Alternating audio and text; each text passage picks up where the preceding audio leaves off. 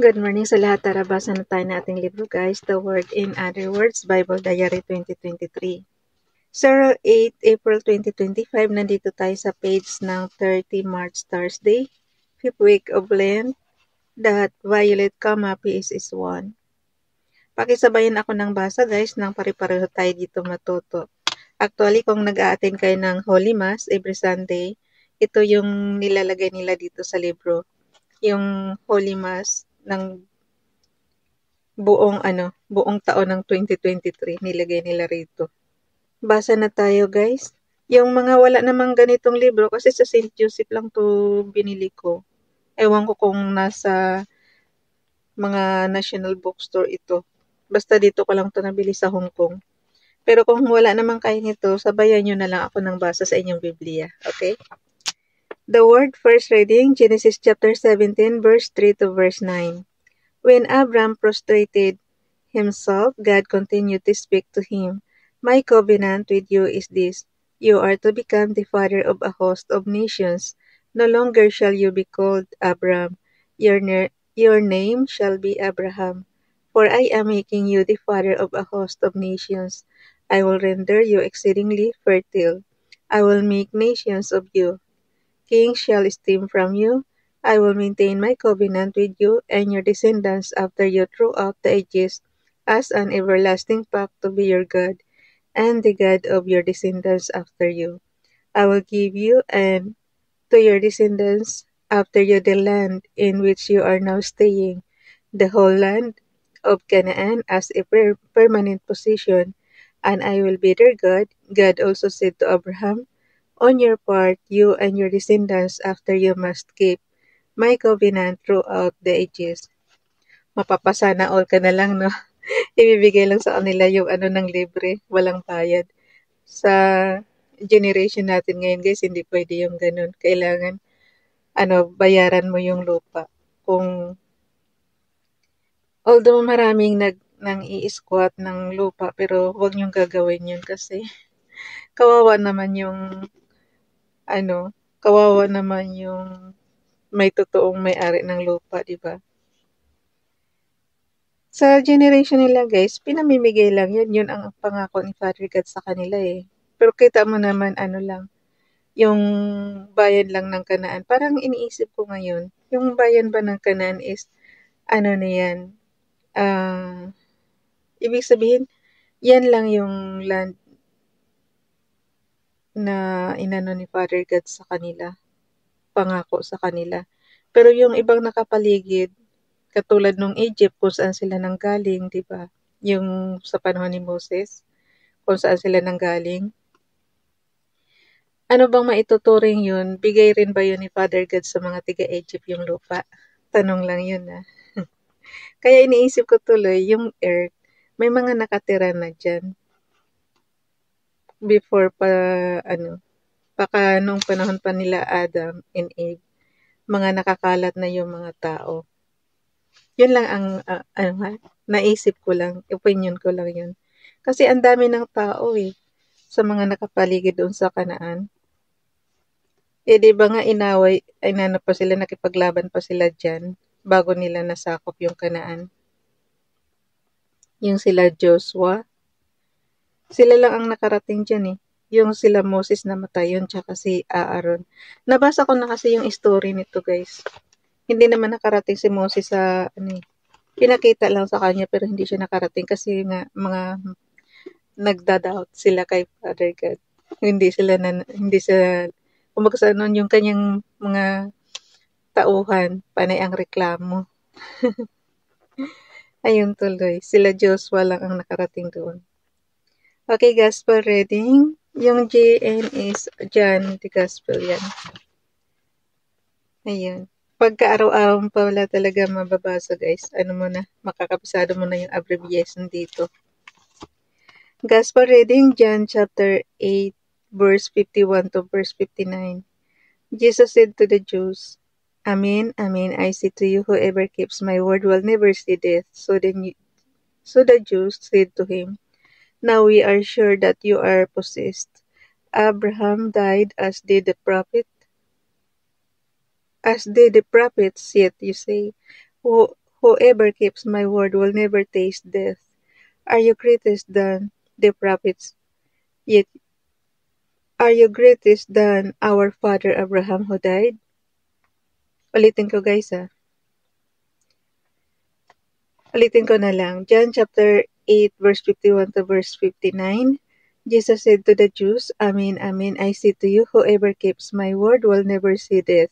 So the Jews said to him, Now we are sure that you are possessed. Abraham died as did the prophets. Yet you say, whoever keeps my word will never taste death. Are you greater than our father Abraham who died, or the prophets who died? Who do you make yourself out to be? Jesus answered, If I glorify myself, my glory is worth nothing. But it is my Father who glorifies me, of whom you say, He is our God. You do not know him, but I know him. And if I should say that I do not know him, I would be like you, a liar. But I do know him, and I keep his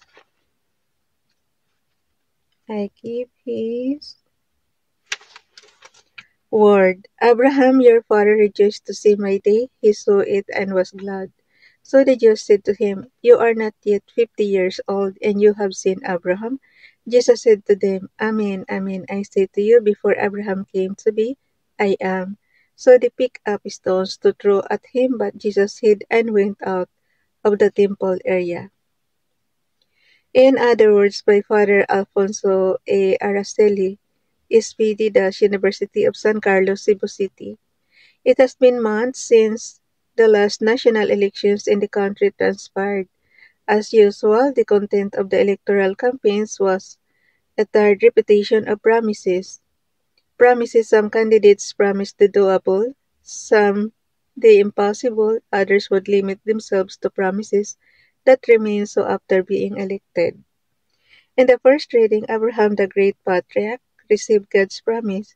He would become the father of many nations. It was such a big promise which God, of course, was capable of fulfilling. In this case, God sets clear example of accomplishing his promises.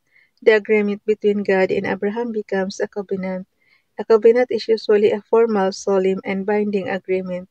Every election season, our political candidates must realize how sacred promises are and how important they are to be fulfilled as a covenant to the constituents they commit to lead and serve. In the Gospel, Jesus states that he is greater than Abraham, that he is divine. In this case, Jesus reveals himself to be the Son of God. Jesus speaks the truth about himself as the Son of God. It is vital for us to be like Jesus, knowing ourselves and our capabilities and the truth about ourselves. These are the foundations of our relationship with God, as Jesus claims further in the Gospel. But I don't know him and I keep his word. Knowing our Creator in relation to ourselves means that what we possess are limited human potentialities. Thus we should not promise what is beyond our human capabilities. This is part of human weakness, attesting to do something great but later realizing that it is beyond our capabilities as human beings. In this case, we become dishonest, servants, and faithful to the covenant with God. 31 March Friday, 5th week of Lent, that violet peace, peace is one. The word first reading, Jeremiah chapter 20, verse 10 to verse 13. Yes, I hear the whisperings of many. Terror on every side. Denounce, let us denounce him. All those who were my friends are on the walls of any misstep of mine. Perhaps he will be trapped. Then we can prevail and take our vengeance on him. But the Lord is with me like a mighty champion. My persecutors will stumble. They will not triumph in their failure. They will be put to utter shame, so to lasting, unforgettable confusion. O Lord of hosts, you test the just, who probe mind and heart, let me witness the vengeance you take on them. For to you I have entrusted my cause. Sing to the Lord, praise the Lord, for he has rescued the life of the poor. from the power of the wicked. Gospel reading, John chapter 10, verse 31 to verse 42. The Jews again pick up rocks to stone Jesus. Jesus answered them, I have shown you many good works from my Father. For which of these are you trying to stone me? The Jews answered him, We are not stoning you for a good work, but for blasphemy. You, a man, are making yourself God. Jesus answered him, Is it not written in your law, I said, you are gods? If it calls them gods, to whom the word of God came, and scripture cannot be set aside, can you say that the one whom the Father has consecrated and sent into the world blasphemes because I said, I am the Son of God?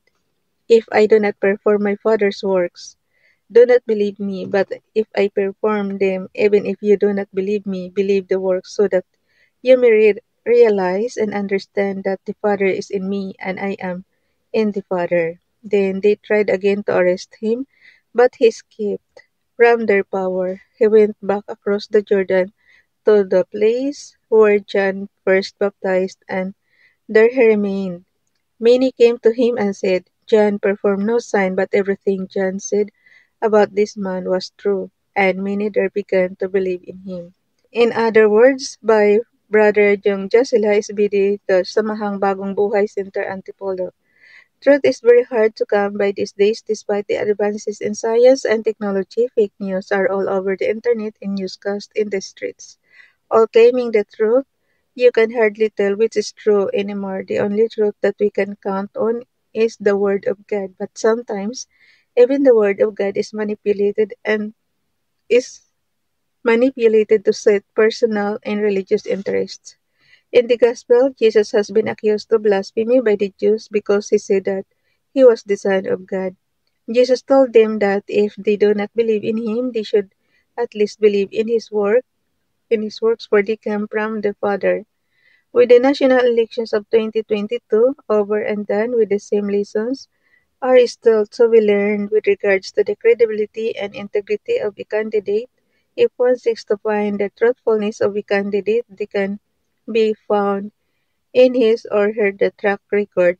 A faithful follower of Christ should choose a candidate not based on popularity, not on how eloquent they speak or argue a debate, not on intelligence and influence, not on their good looks, and sometimes not even for their winnability, but for the good works that they have done. Don't choose or reject candidates based on hearsay. Choose humble candidates, God-fearing and God-loving, with a good and understanding heart for everyone, not only the poor. How would we know then who is qualified if none of them are? And the end of the day, choose the lesser evil. Let our conscience be our guide, for it is where God speaks.